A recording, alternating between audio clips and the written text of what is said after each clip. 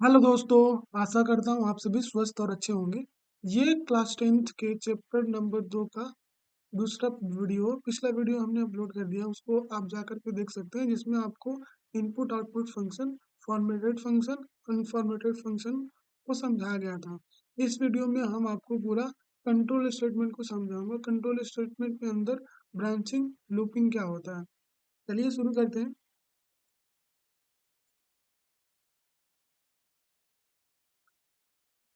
ये हमको टॉपिक पढ़ना है, कंट्रोल स्टेटमेंट। तो कंट्रोल स्टेटमेंट क्या होता है, प्रोग्राम में क्यों उपयोग किया जाता है। तो कंट्रोल स्टेटमेंट का उपयोग प्रोग्राम में प्रोग्राम के बहाव को बदलने के लिए किया जाता है। प्रोग्राम के बहाव का बदलने का मतलब कह सकते हैं कि ये अंग्रेजी में से कह सकते हैं, control statement is use to change the flow of execution of programme.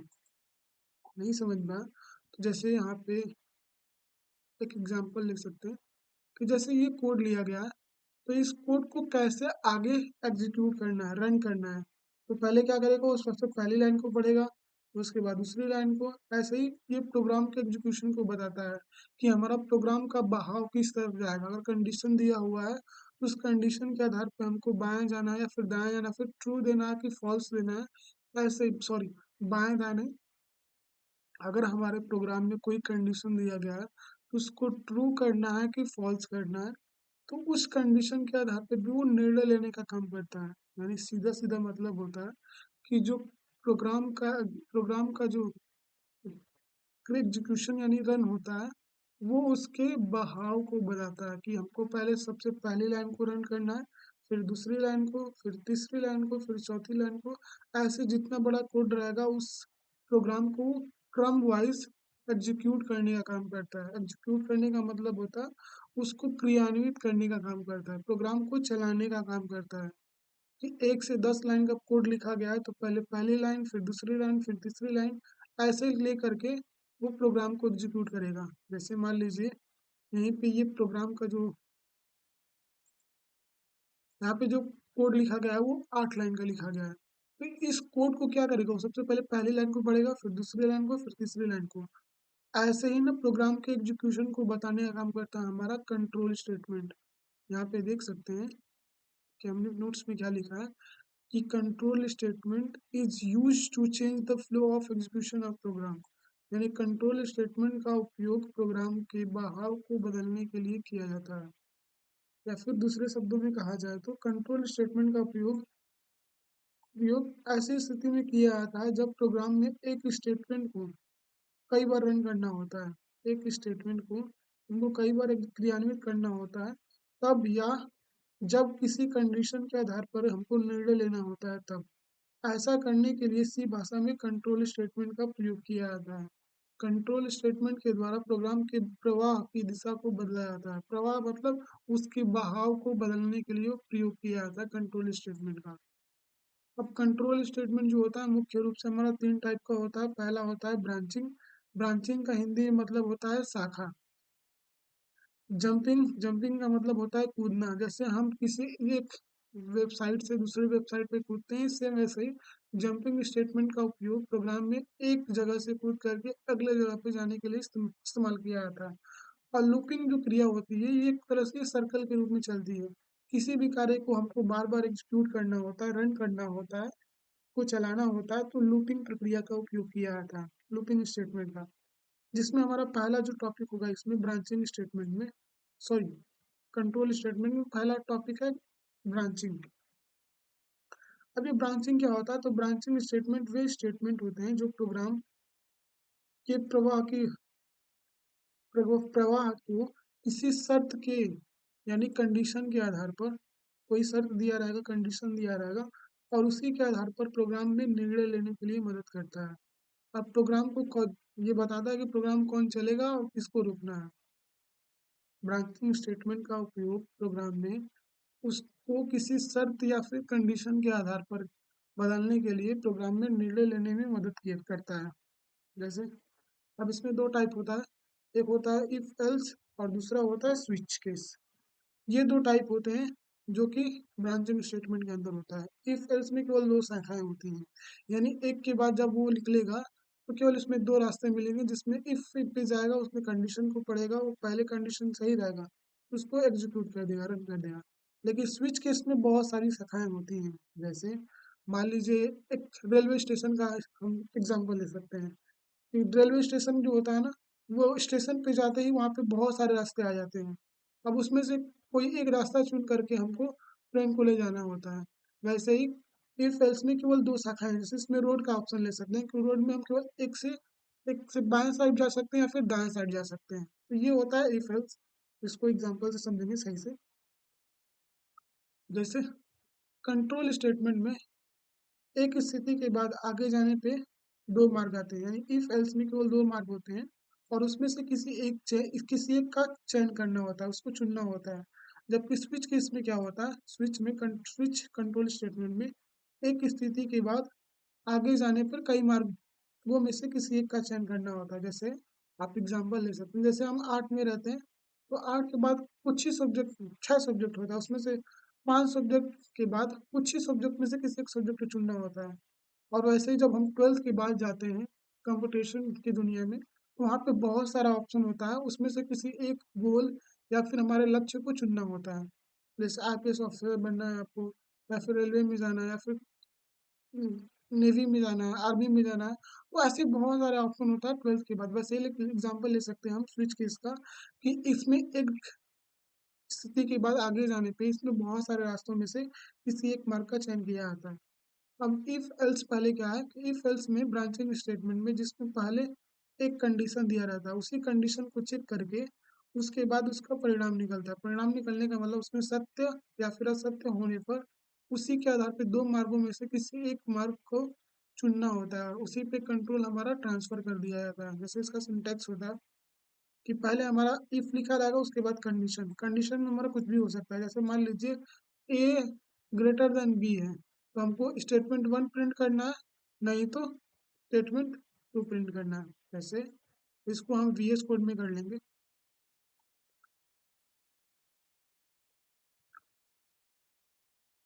काफी आसान इफ एल्स है, जो कि आप आसानी से समझ सकते हैं।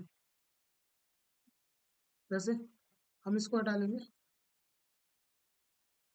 और इसी के अंदर हम इफ एल्स का एग्जांपल ले लेंगे। जैसे पहला इसमें एग्जांपल लेंगे कि इंट ए इक्वल टू 6 है, कॉमा बी इक्वल टू 5 है, सेमीकोलन लगाया। अब यहाँ पे इफ लगाया कि ए क्या है, ग्रेटर देन बी है, तो हमको क्या प्रिंट करना, प्रिंट ऑफ परसेंटेज बी, यहाँ पे कॉमा लगाएंगे और ए प्रिंट कर देना है। अब यहाँ पे सेमीकोलन लगा करके यहाँ पे एल्स लिखना है। एल्स के बाद यहाँ पे प्रिंट कर देना है,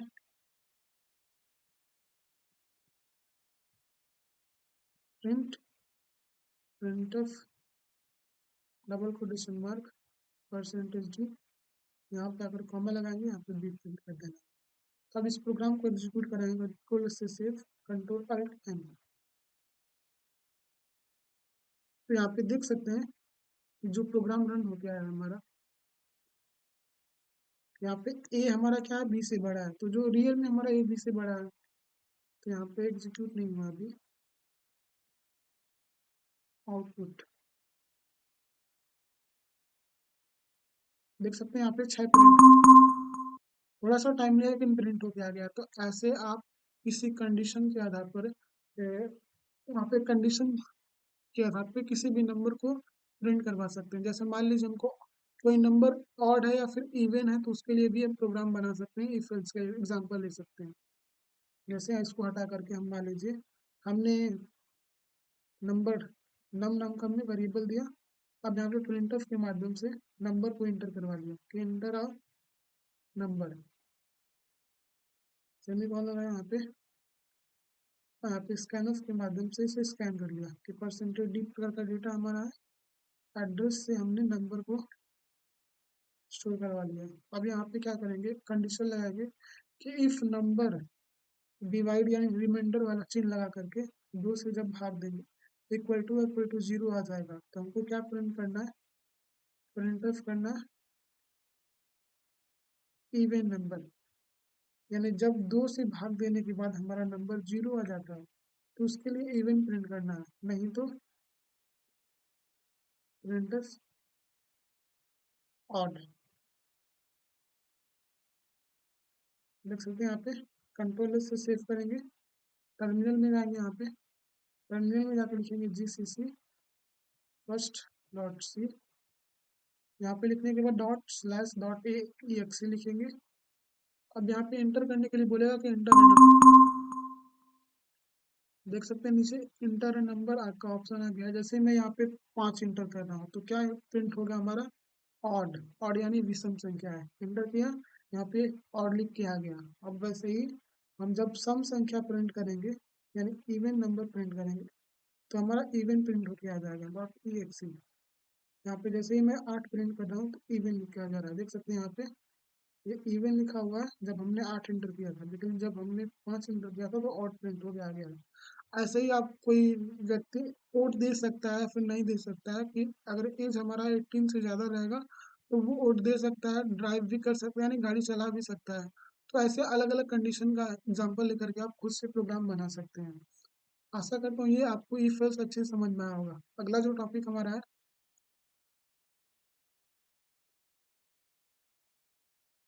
इफ एल्स के बाद हमारा है स्विच केस। स्विच केस में हमने बताया कि इसमें किसी एक्सप्रेशन परिणाम के आधार पर प्रोग्राम में उपलब्ध कराए गए अनेक मार्गों में से, यहाँ पे बहुत सारा मार्ग रह दिया रहेगा आपका। स्विच केस में किसी एक मार्ग का चयन किया जाता है और इसमें ब्रेक का भी प्रयोग किया जाता है ताकि उस प्रोग्राम से बाहर निकल के आया जा सके, यानी बाहर लाने का काम करता है हमारा ब्रेक। फिर से बता दें कि स्विच केस में स्टेटमेंट के द्वारा किसी एक्सप्रेशन यानी कह सकते हैं कंडीशन के आधार पर उसमें प्रोग्राम में उपलब्ध अनेक मार्गों में से कई मार्गों में से किसी एक मार्ग को चयन करना होता है।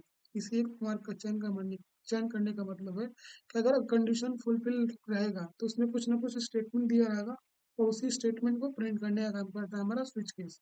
इसका सिंटेक्स जो होता है प्रोग्राम में हमको लिखना होता है स्विच और वेरिएबल नेम लिखना होता है, उसके बाद कर्ली ब्रैकेट आता है, कर्ली ब्रैकेट के अंदर हमारा अलग अलग केस होता है, केस कह सकते हैं कंडीशन हमारा होता है।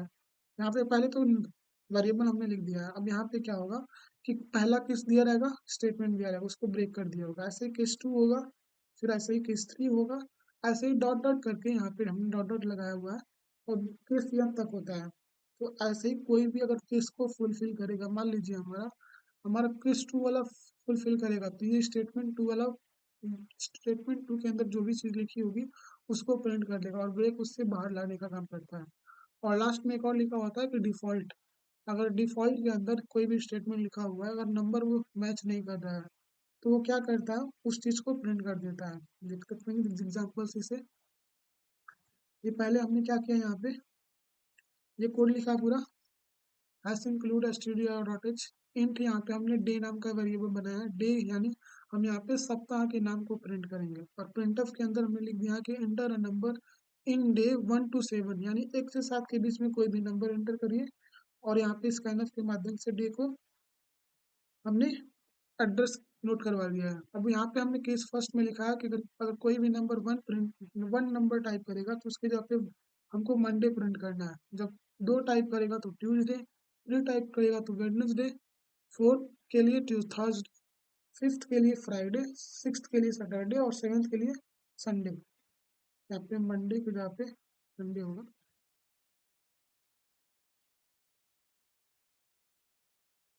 यहाँ पे संडे नहीं था मंडे था। ऐसे ही अगर कोई अलग नंबर होगा 7 के अलावा 13 14 कोई भी नंबर एंटर करेगा तो वहां पे लिख के आएगा इनवैलिड नंबर, यानी डिफॉल्ट के बाद इनवैलिड नंबर लिख के आएगा। इसी कोड को क्या करेंगे हम यहाँ से कॉपी कर लेंगे यहाँ से, अगर टाइप करेंगे तो ज़्यादा टाइम जाएगा।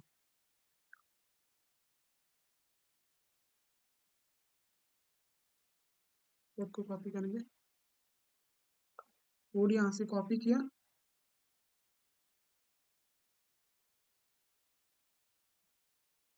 कॉपी कर लिया। अब यहाँ पे वीएस कोड में जाएंगे, वीएस कोड में इसी कोड को हम यहाँ पे पेस्ट कर देंगे, जिससे हटा दिया हमने,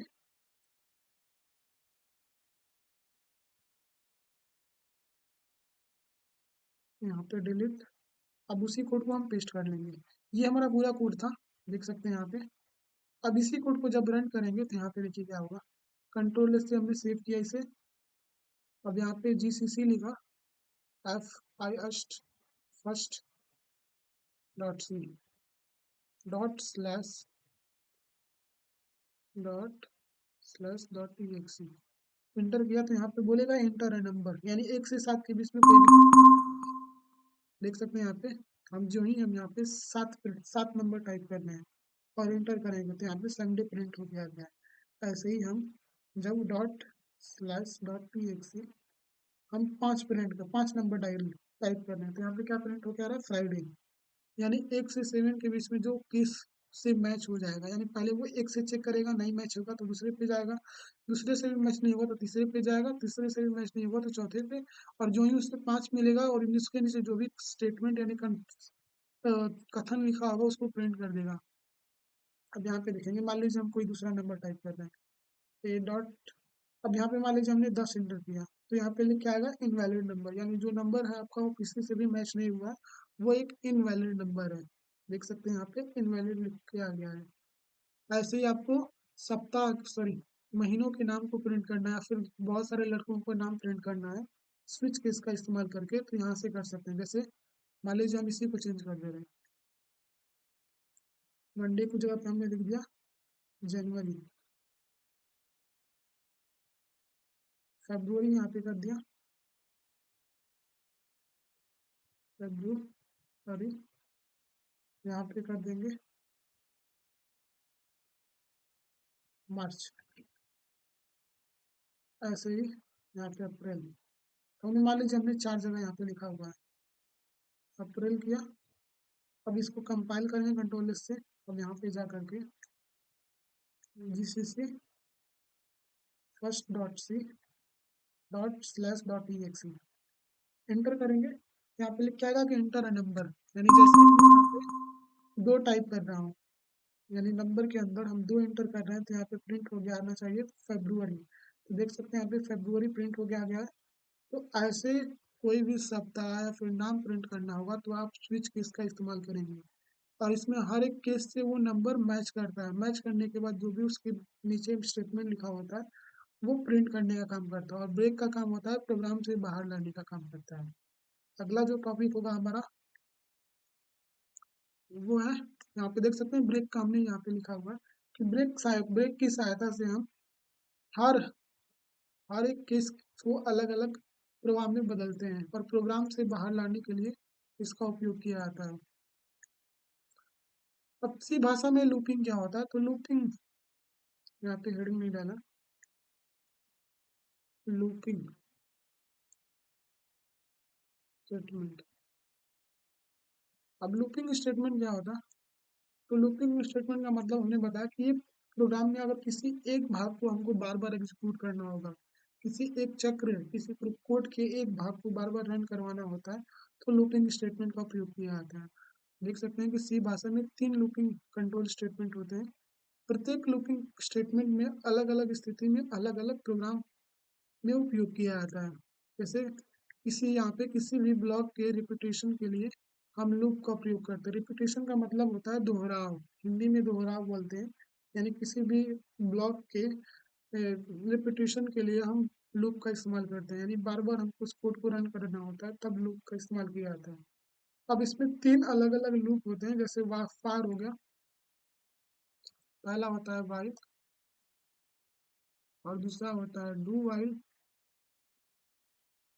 और एक और होता है हमारा फॉर। तो ये 3 लूप होते हैं जो हमारा लूपिंग स्टेटमेंट में प्रयोग किया जाता है। अब तीनों का अलग अलग उद्देश्य होता है और अलग अलग सिंटेक्स होता है। अब पहला हमारा इसमें है वाइल कंट्रोल स्टेटमेंट। ये क्या करता है, तो लूपिंग ऑपरेशन में वाइल स्टेटमेंट के द्वारा किसी कंडीशन, जैसे इफ में एक कंडीशन था वैसे ही वाइल में भी कंडीशन होगा, और उसी के आधार पर सत्यता यानी उसमें ट्रू होगा तो ट्रू प्रिंट करेगा, अगर असत्य यानी फॉल्स होगा तो असत्यता के आधार पर उसके अगले समूह को बार बार एग्जीक्यूट करने का काम करेगा। बार बार एग्जीक्यूट करने का मतलब उसी समूह के एक कोड के ब्लॉक को बार बार चलाने के लिए किया जाता है। अगर अगर हमारा लूप का जो स्टेट कंडीशन होगा वो सही होगा तभी हमारा प्रोग्राम रन होगा, यानी अगर प्रोग्राम का कंडीशन शुरू में सही है तभी वो कोड आगे बढ़ेगा, अगर शुरू में गलत हो जाएगा तो यहाँ पे देख सकते हैं कि लिखा हुआ है कि कोड समाप्त हो जाएगा। और इसको प्रोग्राम में इस प्रकार से लिखा जाता है, यानी पहले हमारा वाइल लिखा होगा, उसके बाद कंडीशन और स्टेटमेंट। वैसे यहाँ पे आकर के हम यहाँ पे कोड तो बता सकते हैं, इसे डिलीट कर लेंगे। अब इसी के अंदर हम आपको लिखेंगे हैश इंक्लूड लिखा stdio.h इंट मेन लिखा। अब यहाँ पे कर्ली ब्रैकेट, अब यहाँ पे क्या करेंगे, इंट नाम का हम वेरिएबल ले लेंगे। मान लीजिए हमको दो का टेबल लिखना है, तो हम यहाँ पे एक वेरिएबल बना रहे हैं और एक बना रहे हैं आई। अब यहाँ पे करेंगे वाइल वाइल एक और चीज, आई को हम यहाँ पे ए को नंबर दे देंगे, ए इक्वल टू 2 सेमीकोलन। अब यहाँ पे प्रिंट ऑफ करेंगे, प्रिंट सॉरी यहाँ पे वाइल यानी कंडीशन देंगे कि अगर हमारा नंबर क्या होगा, I equal to less than equal to 10 तक जाना चाहिए, 10 तक जाएगा। अब यहाँ पे स्मॉल कर्ली ब्रैकेट के अंदर लिख देंगे कि प्रिंट ऑफ परसेंटेज डी लगा करके यहाँ पे कॉमा लगाएंगे और आई मल्टीप्लाई 2 करना है, आई मल्टीप्लाई ए, यहाँ पे सेमी कॉलन लगाना है और हमेशा आई को प्लस प्लस करना है, सेमी कॉलन लगा देंगे। अब यहाँ पे जब कोड को रन करेंगे execute GCC hello dot C enter करेंगे, sorry GCC first dot C dot slash dot यूएक्सी।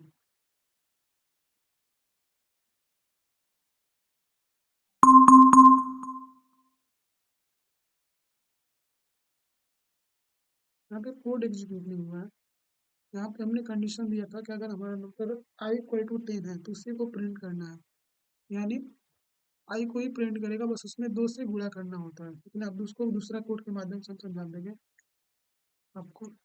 देखिए मान लीजिए हमको 1 से लेकर 7 तक गिनती लिखना है, इसी कोड को हम कॉपी कर लेंगे, यहीं से कॉपी किया और यहाँ पे आकर के विजुअल डिस्प्ले कोड हटाया इसको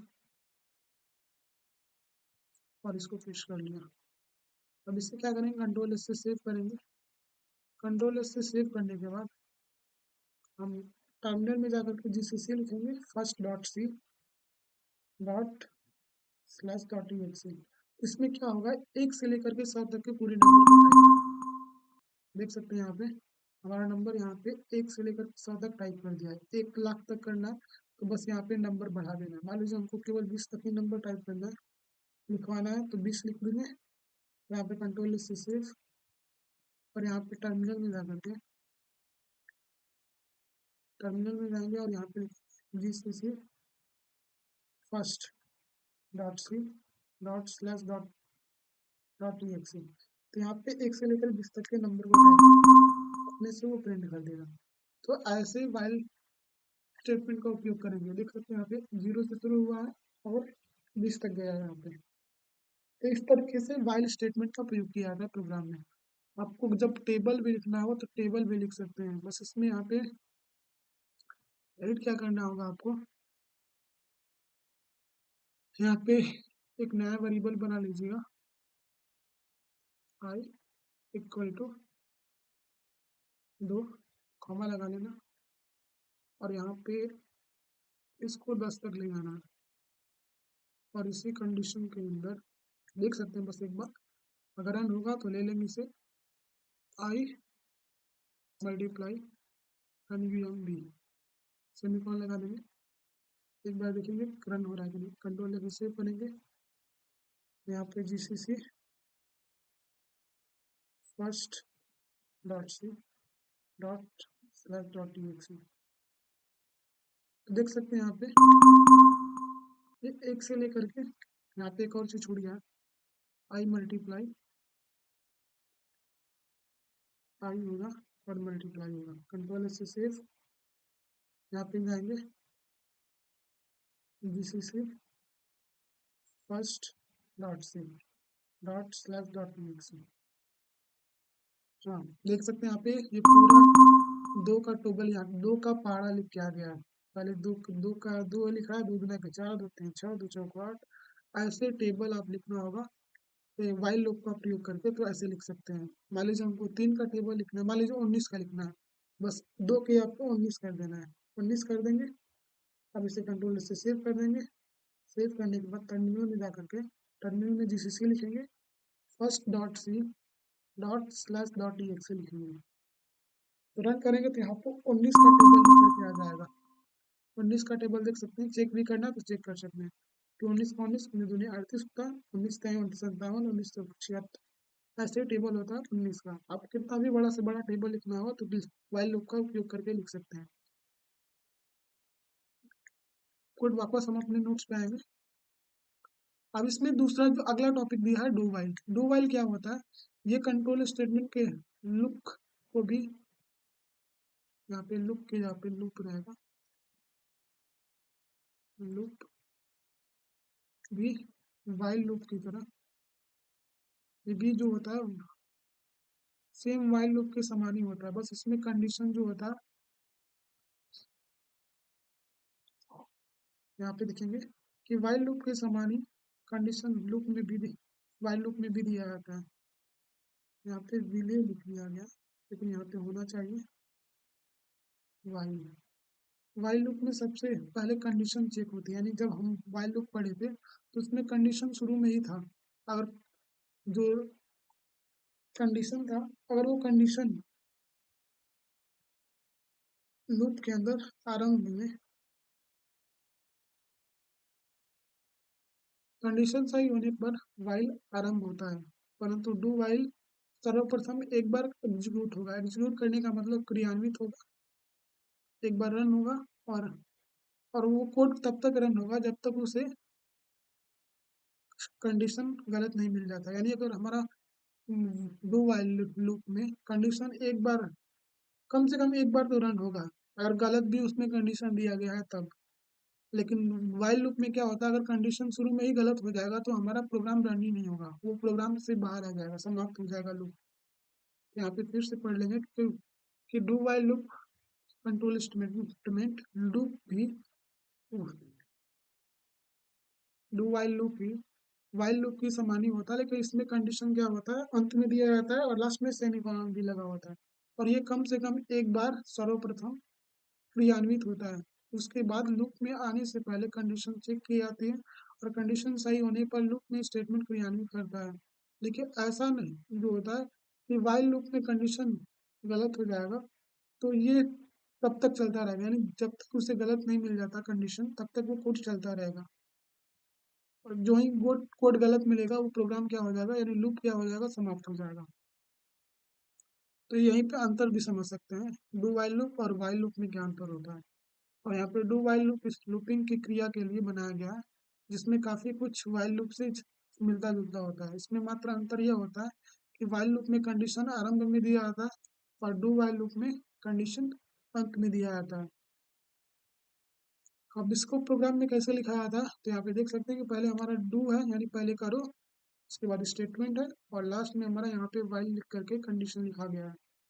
तो ऐसे डू वाइल का हमारा कंडीशन सिंटैक्स है।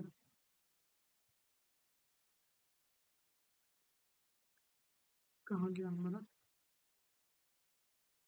ये हमारा डू वाइल सिंटैक्स हमने दिखा दिया था। ये कोड देख सकते हैं कि पहले हमारा लिखा है डू प्रिंटफ, मतलब पहले आप कार्य को करिए उसके बाद कंडीशन आपको लास्ट में दिया जाएगा। जैसे इसी में इसी एग्जांपल पे ले सकते हैं कि जैसे ये कंडीशन, आप ये आपका कोड लिखा गया है, तो बस इस कोड को क्या कर देना है, वाइल लूप को यहाँ से हटा करके कंट्रोल एक्स से कट कर लेंगे और इसको सबसे लास्ट में रखना है।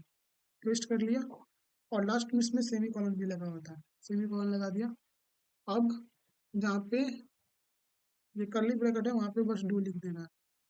अब जब इसे कोड को, मान लीजिए इस बार हमको 15 का टेबल लिखना है, यहाँ पे 15 कर देंगे और कंट्रोल से सेव किया, कंट्रोल अल्ट एन दबा दिया, तो यहाँ पे देखेंगे आपके 15 का टेबल लिखा जा चुका है। ये देख सकते हैं यहाँ पे ये 15 का टेबल है। तो मान लीजिए 15 की जगह पे आपको 12 का लिखना है तो 12 टाइप करना, कंट्रोल से सेव करना, कंट्रोल एन से रन कर देना, वो कोड रन हो जाएगा। तो यहाँ पे देख सकते हैं कि 12 का टेबल लिख दिया है। आप अक्षर भी प्रिंट करवा सकते हैं वाइल लूप का प्रयोग करके। बस क्या करना है आपको, यहाँ पे परसेंटेज बी के परसेंटेज सी लिखना है, और यहाँ पे कंडीशन में दे सकते हैं कि हमारा जो नंबर है वो less than equal to Z तक है, जेड तक। अब जेड तक यहाँ पे इसको हटा देंगे, ये कंडीशन इसको हटा देंगे, और यहाँ पे इसे भी हटा देंगे, और जहाँ पे हमने इंट लिया था वहाँ पे कैरेक्टर कर देंगे, इसे हटा करके कैर कर देंगे, बैलेंस कैर। अब इस कोड को भी देख सकते हैं, जब हम इस पे एग्जीक्यूट कराएंगे तो सारे अक्षर को भी प्रिंट कर देगा, यानी जो नम है वो less than equal to Z तक जाएगा। और यहाँ पे नम को हमने ए से शुरू किया है, ए से, कंट्रोल से सेव किया, कंट्रोल अल्ट एन। तो यहाँ पे देख सकते हैं हमारा सारा अक्षर प्रिंट हो गया गया है। यहाँ से ए शुरू है, A B C D F G H. तो ऐसे अक्षर को भी प्रिंट कर सकते हो। मान लीजिए हमको अक्षर को कैपिटल में करना है तो यहाँ पे कैपिटल ए देना, और यहाँ पे कैपिटल जेड दे देना, तो उसको भी हमारा कोड रन कर देगा। कंट्रोल से सेव, कंट्रोल एन। तो इससे से आप अक्षर भी प्रिंट करवा सकते हैं। देख सकते हैं ये सारे अक्षर कैपिटल में दिख रहे हैं यहाँ पे। तो इस तरीके से हमारा डू व्हाइल काम करता है। अगला इसमें है हमारा फॉर लूप।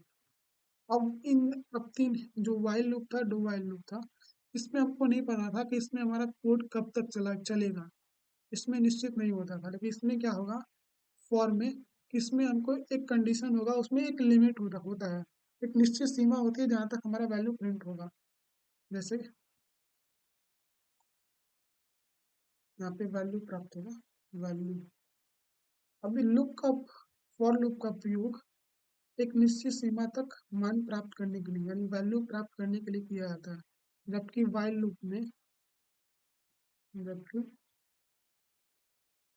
वाइल लूप का उपयोग उस स्थिति में किया जाता था जब हमें पता नहीं होता था कि लूप कितनी बार चलेगा। यहाँ पे लूप की जगह पे लूप होगा कितनी बार चलेगा।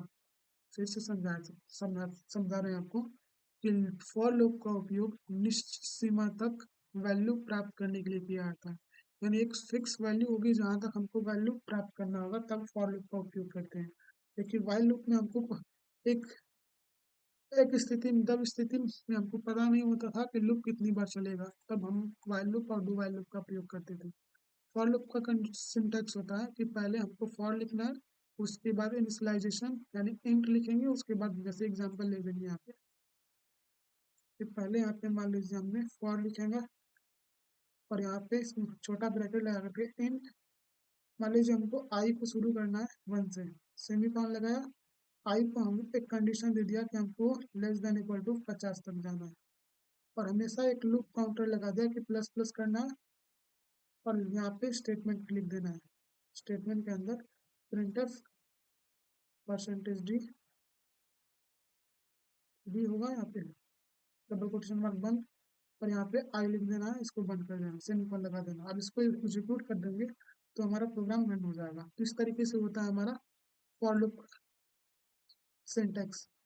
सिंटेक्स यहाँ पे मिला सकते हैं, यहाँ से कि इनिशियलाइजेशन की जगह पे हमने इंट आई इक्वल टू 1 लिखा है, और कंडीशन की जगह पे कि आई लेस देन इक्वल टू 50 तक जाना है, और हमेशा loop counter I plus plus करना है। जैसे यहाँ पे एग्जांपल ले सकते हैं फॉर लूप का, कि जैसे हमको 1 से लेकर के 30 तक के नंबर को प्रिंट करना है, तो ये हमने पूरा कोड लिखा है फॉर लूप का उपयोग करके, देख सकते हैं। अब यहाँ पे जा करके हम जाएंगे, अब इसी कोड को हम चेंज करके क्या करेंगे, मान लीजिए हमको फॉर लूप के माध्यम से अक्षर को प्रिंट करना है, तो क्या करेंगे, यहाँ पे फॉर लूप लगाएंगे। फॉर लूप में यहाँ पे नंबर लिखेंगे, नंबर को शुरू करना हमारा कैपिटल ए से, यहाँ पे सेमीकोलन लगाएंगे, और कंडीशन देख देंगे कि नंबर जो है वो less than equal to capital Z तक जाना चाहिए, सेमीकोलन, और हमेशा आई को नंबर को क्या करना है, प्लस प्लस करना है। और यहाँ पे स्मॉल ब्रैकेट कर्ली ब्रैकेट लगा करके प्रिंटफ करेंगे, प्रिंटफ लगा करके परसेंटेज डी, यहाँ पे परसेंटेज डी की जगह पे परसेंटेज सी होगा, यहाँ पे स्लैश एन होगा, न्यू पंक्ति के लिए कॉमा लगाएंगे एम, और इसको बंद कर देंगे सेमीकोलन लगा करके। अब कंट्रोल से सेव करेंगे, कंट्रोल अल्ट एन दबा देंगे, तो नीचे देखेंगे आप ए से लेकर के जेड तक के नंबर को प्रिंट कर, एक से लेकर जेड तक के सभी अक्षर को प्रिंट कर दिया। तो ऐसे आप फॉर लूप का उपयोग करके भी इस अक्षर को प्रिंट कर सकते हैं। मान लीजिए हमको नंबर प्रिंट करना है, तो हम मान लीजिए हमको नंबर को 1 से शुरू करना है और नंबर को 1000 तक ले जाना है, 1000 तक। और यहाँ पे इसके बाद शुरू करेंगे 1 से, यहाँ पे कैरेक्टर है, वहाँ पे हम नंबर प्रिंट करना है तो इंट लिखेंगे, और इंट के लिए जो फॉर्मेट स्पेसिफायर होता है परसेंटेज डी होता है। कंट्रोल से कंट्रोल अल्ट एन, यहाँ पे देख सकते हैं नीचे 1 से ले करके 1000 तक ये सारे नंबर लिख दिया है। तो ऐसे हमारा फॉर लूप काम करता है। इस वीडियो में हमने आपको फॉर लूप और लूपिंग बताया। अब अगले वीडियो में हम आपको एक और पार्ट बचा हुआ है कंट्रोल स्टेटमेंट का, जंपिंग। जंपिंग में आपको बताया जाएगा ब्रेक क्या होता है, कंटिन्यू क्या होता है और गो टू क्या होता है। ब्रेक आपको बता दिया गया है, लेकिन वापस हम आपको बता देंगे कि ब्रेक का उपयोग प्रोग्राम में कैसे करते हैं। एक बार आपको स्विच केस में बताया जा चुका है, लेकिन वापस हम बता देंगे। और इसमें आगे है कंटिन्यू और गो टू। आशा करता हूँ ये वीडियो आपको अच्छी समझ में आया होगा। समझ में आया होगा तो लाइक करना, शेयर करना और सब्सक्राइब कर लेना। और नहीं समझ में आया होगा तो आप उसमें कमेंट करके बता सकते हैं कौन सा पार्ट आपको नहीं समझ में आया है। अगर नहीं समझ में तो वापस उसको रिवाइंड करके पीछे करके देख सकते हैं। और कोई ऐसा और टॉपिक आपको नहीं समझ में आया तो उसमें कमेंट करके बताइए, हम आपको वीडियो लाने की कोशिश करेंगे। धन्यवाद।